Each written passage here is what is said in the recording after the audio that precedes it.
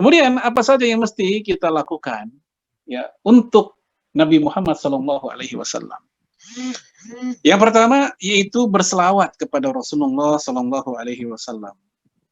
Ya, dan Rasulullah SAW telah memberikan stimulus yang luar biasa kepada umatnya. Saya berikan beberapa contoh aja ya, nggak semua. Nah, ini saya sampaikan misalnya 2 hadis. Al-bakhil alladzi man dzukirtu indah falam yusalli alayya. Orang pelit, orang bakhil adalah orang yang jika namaku disebut di hadapannya, dia tidak berselawat.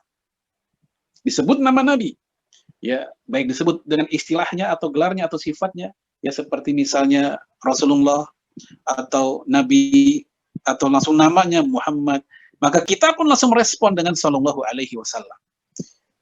Dan Rasul katakan, orang yang tidak berselawat saat nama Nabi disebut, dia bakhil, pelit. Pelit kepada siapa? Bakhil kepada siapa? Rasulullah? Tidak. Bukan bakhil ke Rasulullah. Tapi orang itu bakhil kepada dirinya sendiri. Karena dia telah menyia-nyiakan kesempatan emas untuk mendapatkan 10 kali selawat dari Allah kepadanya. Ya, apa dalilnya? Kita lihat hadis yang kedua. Man shalla alayya wahidah, sallallahu alaihi asyran. Siapa yang berselawat kepadaku sekali saja, maka Allah berselawat kepadanya 10 kali. Lihat, ya, cuman sekali kita berselawat, Allahumma sholli ala Sayyidina Muhammad. Mau pakai Sayyidina silakan, mau enggak silakan. Ya, karena di luar sholat pakai Sayyidina semua ulama sepakat boleh. Yang para ulama kita berbeda pendapat kalau di dalam sholat, itu berbeda pendapat mereka. Nah, kita ngucapin selawat yang nggak sampai 2 detik itu, ternyata Allah berselawat kepada kita, bukan sekali, tapi 10 kali. Lalu apa sih yang dimaksud Allah berselawat? Nah, lihat penjelasan yang paling bawah dari Syarah Sahih Muslim. Imam An-Nawawi mengutip, qala Al-Qadi berkata, Al-Qadiyat, ya, maknahu, arti dari Allah berselawat adalah rahmatuhu, Allah memberikan rahmatnya, memberikan kasih sayangnya. Kalau udah Allah sayang, pasti Allah menjaga kita. Ya, wa tad'ifu ajri, dan juga Allah berikan ya lipatan-lipatan pahala kepada orang yang berselawat kepada Rasulullah alaihi salatu wassalam. Jadi sekali lagi ini bukan bakhil kepada Rasulullah, tapi kepada kita sendiri. Karena anggaplah seandainya nih miliaran umat Islam di dunia tidak ada yang berselawat kepada Nabi. Nabi nggak rugi. Posisi beliau sebagai Sayyidul Anbiya wal Mursalin nggak berkurang. Sebagai innaka la'ala khuluqin azim juga nggak berkurang. Karena innallaha wa malaikatahu yusholluna 'alan nabi. Karena Allah dan Rasulnya, Allah dan para malaikat sudah berselawat kepada dia. Dan jumlah malaikat jauh lebih banyak dibanding jumlah manusia. Nah, ketika Allah dan malaikat sudah berselawat, ya Rasulullah nggak rugi kalau manusia nggak berselawat. Yang rugi kitanya. Taib, kalimat sholawat terserah. Mau sallallahu alaihi wasallam, mau alaihi salatu wassalam, mau salawatullah alaihi wasallamuh. Ini semua boleh, silakan. Dan yang terbaik, yang Rasul ajarkan, yang sering kita baca di saat kita duduk tasyahud akhir, yaitu selawat yang terbaik, selawat yang paling sesuai sunnah, dalam hadis Bukhari dan Muslim. Sampai innaka hamidum majid, silahkan. Pokoknya selawat apapun, selama kalimatnya memang selawat, ya itu silahkan. Karena nggak harus yang namanya doa selawat itu doa ya. Nggak harus doa itu harus letterlek sama betul dengan dalam sunnah, nggak harus. Banyak doa-doa kita sehari-hari pun juga nggak ada dalam hadis. Tapi Islam membolehkan. Para sahabat Nabi sendiri, mereka berselawat kepada Rasul dengan kalimat sendiri. Dengan susunan redaksi yang mereka bikin sendiri. Ya seperti sallallahu alaihi wasallam itu nggak ada hadisnya. Alaihi salatu wassalam juga nggak ada hadisnya. Tapi secara esensi, maknanya adalah selawat. Sehingga dia nggak pernah ada ulama yang membid'ahkan SAW, ya sallallahu alaihi wasallam itu, atau alaihi salatu wassalam. Walaupun secara etika, kalau etika, bagusnya jangan menyingkat-nyingkat selawat. Ya, para ulama seperti Imam As-Suyuti memakruhkan selawat disingkat-singkat. Karena selawat itu doa, nggak pantas doa pakai inisial. Ya, SAW, SAAW, ketika salam ASLKM, ASS, ya disingkat ya AWW ya. Assalamualaikum warahmatullahi wabarakatuh kan AWW itu ya. Kalau bahasa Sunda AWW kan perempuan gitu. Nah, ini salah satu bentuk kurang hormat kepada doa, kepada selawat. Ya, sehingga sebagian ulama memakruhkan seperti Imam Suyuti, termasuk juga ulama Indonesia, ya pendiri Nahdlatul Ulama, ya Hadratus Syekh Haji Hasyim Asy'ari, beliau memakruhkan selawat kepada Rasul singkat-singkat. Kemudian, ya kewajiban selanjutnya, tugas kita selanjutnya kepada Rasulullah adalah ihya'us sunnah atau ittiba'us sunnah, menghidupkan sunnah Rasul. Seperti yang sudah kita angkat sedikit di awal tadi.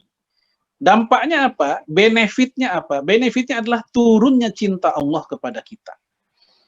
Itu salah satu ya, salah satu benefit, salah satu keuntungan. Ya walaupun seandainya tidak ada keuntungan apapun, karena faktor kita cinta sama Nabi, tetap kita ikut kok. Ibnu Umar pernah mengitari sebuah rumah berkali-kali, sampai-sampai yang punya rumah tuh keluar curiga, kenapa Anda muter-muter di rumah saya? Mengelilingi rumah saya. Jawaban Ibnu Umar sederhana. Dulu saya pernah lihat Rasul memutar-mutar di rumahmu ini. Ya, jawaban yang punya rumah, Rasul keliling rumah saya karena lagi nyariin saya. Ada perlu nyariin saya. Lah kamu nyariin siapa? Jadi hanya karena ingin ngikut Rasul. Hanya itu aja. Tapi kita lihat ayatnya. Ali Imran ayat 30. Qul in kuntum tuhibbunallah fattabi'uni. Qul, katakanlah. Jadi Allah memerintahkan Rasulullah, ya kalau bahasa kita, wahai Muhammad, bilangin tuh. In kuntum tuhibbunallah, jika kalian mengaku cinta Allah, fattabi'uni, maka ikutlah aku. Maksudnya ikutlah Rasulullah. Yuhibbukumullah, niscaya Allah pun mencintaimu. Nah, ini yang saya katakan tadi, benefitnya ini. Allah cinta sama kita. Ya, ini menggunakan fi'il mudhari, cintanya terus-menerus. Ya, wa yaghfir lakum. Kemudian benefit yang kedua, mengampuni dosa kalian. Ya dzunubakum wallahu ghafurur rahim, dan Allah Maha Pengasih lagi Maha Pengampun lagi Maha Penyayang. Nah, sekarang kita lihat hadis Nabi dalam riwayat Imam Muslim, bada'al islamu ghariban wa sayaudu kama bada'a ghariban fatuba lil ghuraba. Islam pertama kali muncul dianggap asing, dianggap aneh. Dan nanti kata Rasul akan datang zaman Islam dianggap aneh lagi. Ya, fatuba lil ghuraba, beruntunglah orang-orang yang dianggap aneh atau asing itu. Nah, pertanyaan kita, siapa tuh? Dan seperti apa yang dimaksud orang-orang terasing itu? Ternyata, Bapak Ibu sekalian, rahimakumullah, orang-orang terasing ini bukan orang yang lari dari kenyataan hidup, ngumpet di balik bukit, goa, atau hutan. Tapi mereka adalah justru orang yang bergaul dengan manusia, tapi istiqomah, di atas sunnah. Kita lihat di sini, alladzina yuhyuna sunnati wa yu'allimuna an ibadallah. Itu orang-orang yang menghidupkan sunnahku dan juga yu'allimuna, dia mengajarkan sunnah itu ibadallah kepada hamba-hamba Allah, kepada manusia. Dia menghidupkan sunnah lalu mengajarkan. Mengajarkan kan nggak mungkin diam-diam, nggak mungkin menjauh dari yang diajarkan, yaitu masyarakat. Itu tanda orang-orang asing, terasing itu bukan orang yang menghindar, tapi mereka justru bergaul dengan manusia. Nah, ini contoh menghidupkan sunnah Rasul alaihi salatu wassalam. Dia bagian dari akhlak kita kepada Nabi kita, Nabi Muhammad sallallahu alaihi wasallam. Dan tadi sudah saya sebutkan bahwa mengikuti Rasulullah bukan hanya masalah penampilan, pakaian, siwak, cara, tapi mengikuti Rasulullah kita coba dikit-sedikit ya bagaimana sunnah Nabi dalam ya berumah tangga, mendidik anak, bertetangga, nagih utang, utang piutang, jualan, bisnis, ya apa tadi, ya berpolitik, ngurus negara dan segala macamnya, pelan-pelan. Ya karena memang sunnah Nabi begitu banyak. Ya Nabi mengatakan, idza amartukum bisyai' fa'tu minhu masata'tum. Jika kalian aku perintahkan terhadap sesuatu, maka praktekkan sejauh kemampuan kalian. Ya. Baik. Kemudian mencintainya di atas semua makhluk. Ya ini yang ketiga ya. Kita mesti mencintai Rasulullah di atas semua makhluk. Bahkan Nabi mengkategorikan itu menjadi syarat benarnya iman seseorang. Abu Bakar berkata, Umar bin Khattab berkata, ya Rasul, saya mencintaimu dengan cinta yang kadarnya sama seperti cinta kepada diri sendiri. Ternyata oleh Rasulullah diskoreksi, oleh Rasulullah ditegur, enggak begitu. Ya, kata Rasulullah kepada Umar bin Khattab radhiyallahu an, la yu'minu ahadukum hatta akuna ahabba ilaihi. Tidak sempurna kalian sampai kalian ya mencintaiku ya melebihi min walidih, dibanding ayahnya, wa waladihi, dibanding anaknya, wa nasi ajma'in, dan dibanding seluruh manusia. Ayah, orang tua ya, anak, dan seluruh manusia, kemudian dibandingkan dengan cinta Rasulullah, maka cinta kepada Rasul dia lebih di atas semuanya. Nah, kemudian sekarang pertanyaannya, gimana ukurannya, alat ukurnya apa untuk mengetahui bahwa kita saat ini itu lebih mencintai Rasul di atas yang lain, mencintai Allah dan Rasul di atas yang lain, gimana? Ya mungkin kita ambil yang paling sederhana, lihat aja begini, lihat respon kita ketika kedengaran suara azan. Ya, apakah kita muncul kerinduan untuk memakmurkan masjid? Ini buat bapak-bapak khususnya, untuk berjamaah. Ya, atau justru kita tetap sibuk dengan pekerjaan kita, padahal masih bisa dinego ya untuk ditinggalkan kerjaan tersebut.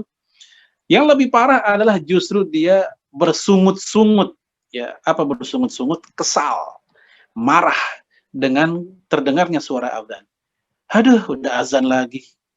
Padahal baru tadi azan.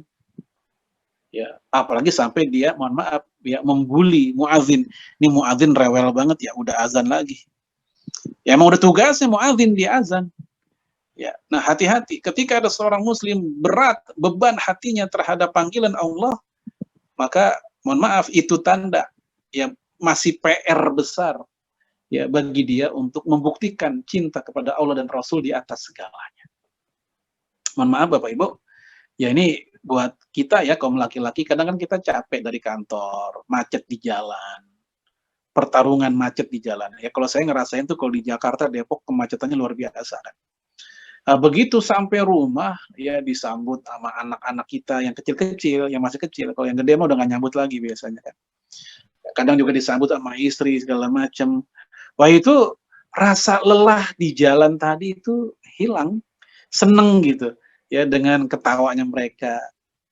Sedang asyik-asyik bersama mereka, sedang bercengkrama dengan keluarga, tahu-taunya azan Isya atau azan Maghrib. Nah, mohon maaf, saat itulah kita sedang diuji. Milih mana? Milih panggilan Allah untuk berjamaah di masjid atau berleha-leha bersama keluarga. Ya, Allah sendiri memberikan pertanyaan ketika perang Tabuk, para sahabat Nabi itu ogah-ogahan pada males. Ya ayyuhalladzina amanu ma lakum idza qila lakum unfiru fi sabilillahi thaqaltum ilal ard. Wahai orang beriman, kenapa kalian gak mau berangkat ketika diperintahkan untuk fi sabilillah, thaqaltum ilal ard.